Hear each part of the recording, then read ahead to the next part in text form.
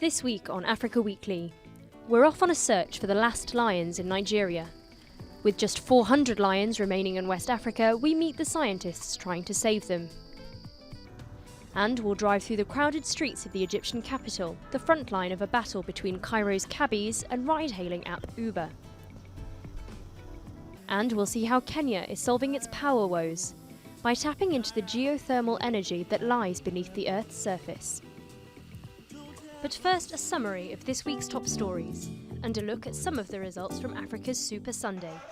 In Congo, strongman Denis Sassou Nguesso has been re-elected with 60% of the vote, extending his 32 years in power. Both of his main rivals, Guy Brice Parfait Kolela and General Jean-Marie Michel Moukoko, immediately rejected the results. The international community has called on both sides to resolve their differences calmly after tensions flared during the vote, with clashes between riot police and opposition supporters and an alleged stampede at Kolela's campaign offices. Niger's President Mahamadou Issoufou clinched a second term in a controversial poll with 92% of the vote. Turnout in Sunday's runoff election was low because of an opposition boycott.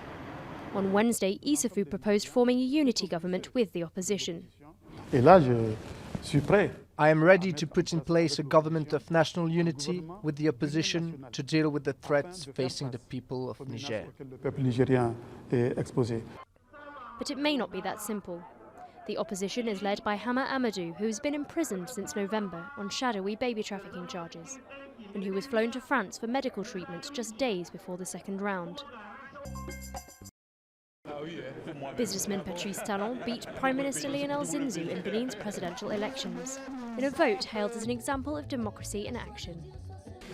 Outgoing President Thomas Boni Yayi's departure, after serving the maximum of 2 5-year terms, marks him out from many African leaders who have tried to change their country's constitution to stay in power.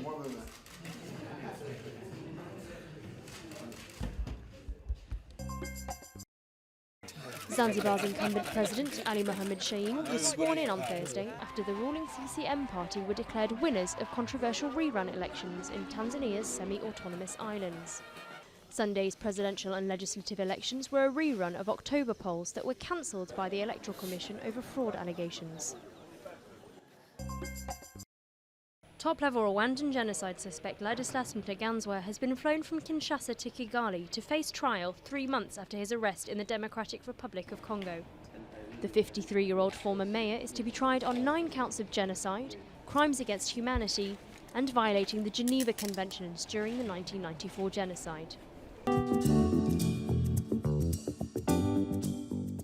In Nigeria's Yankari Game Reserve, the hunt is on by these scientists who are searching for the country's last lions and trying to bring them back from the verge of extinction.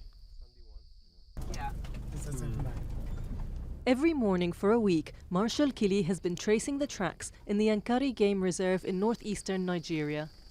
Together with a team of scientists from Benin, he's looking for the country's last lions. But they've had little success so far. The king of the savannah is nowhere to be found. The situation is not that great, not that good for a lion.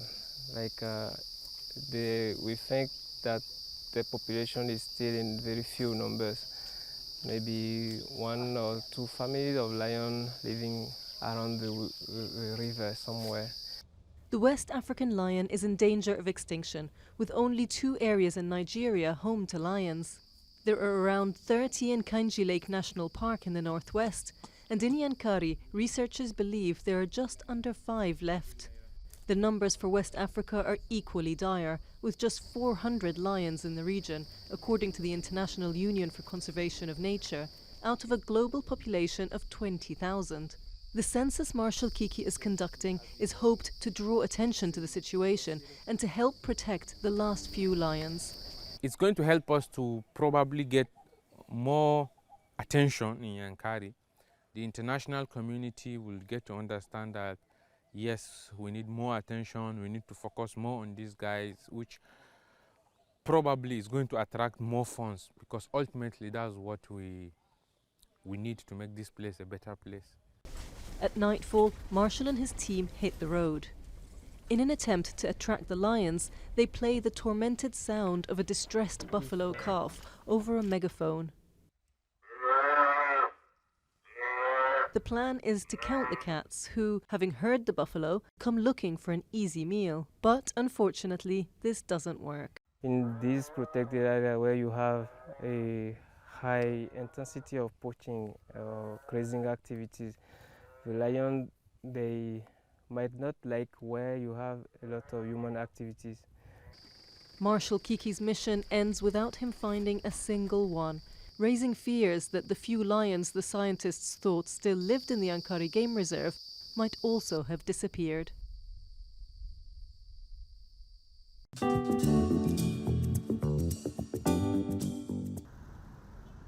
In Cairo's crowded streets, the traditional white taxis now have new competition to contend with.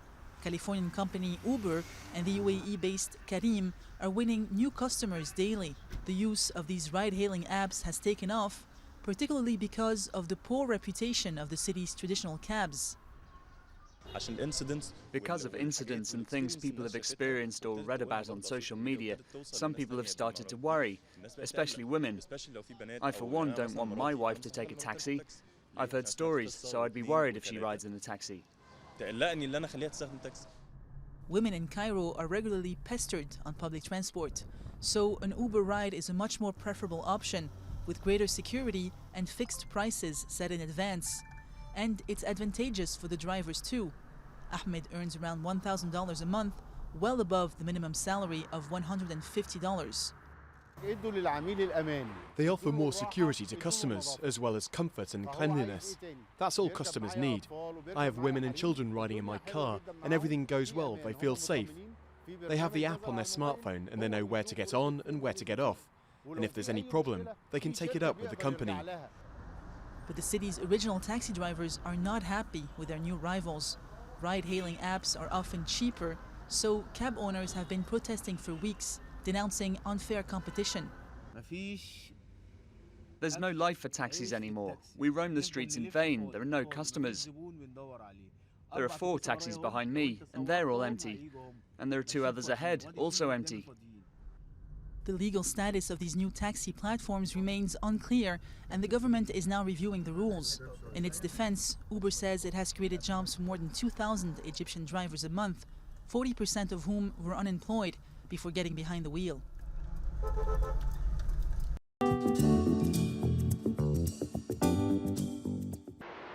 In Kenya, only 1 in 3 people has access to electricity, and power cuts are frequent, even in the capital, Nairobi.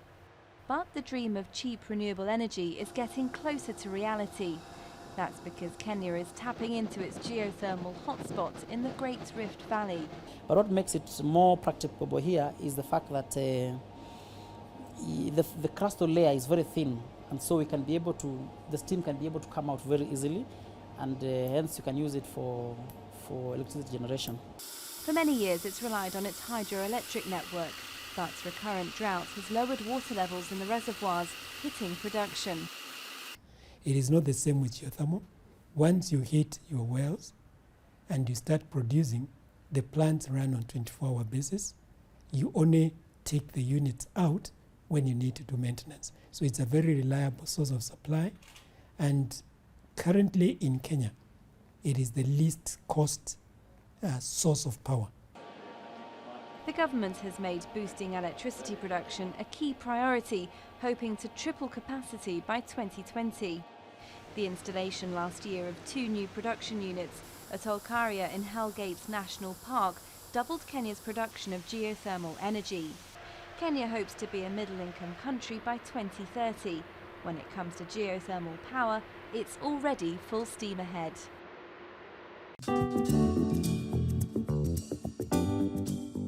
Newly elected FIFA president Gianni Infantino is in South Sudan for an official ribbon cutting and an unofficial cake cutting. Infantino formally opened the office of the South Sudanese Football Association in Juba. The opening coincided with his 46th birthday, which officials marked with a special birthday cake and celebratory dance. Next week we'll be back in Kenya, along with some of the world's best musicians. who are raising money to fund music education for underprivileged children. See you next week.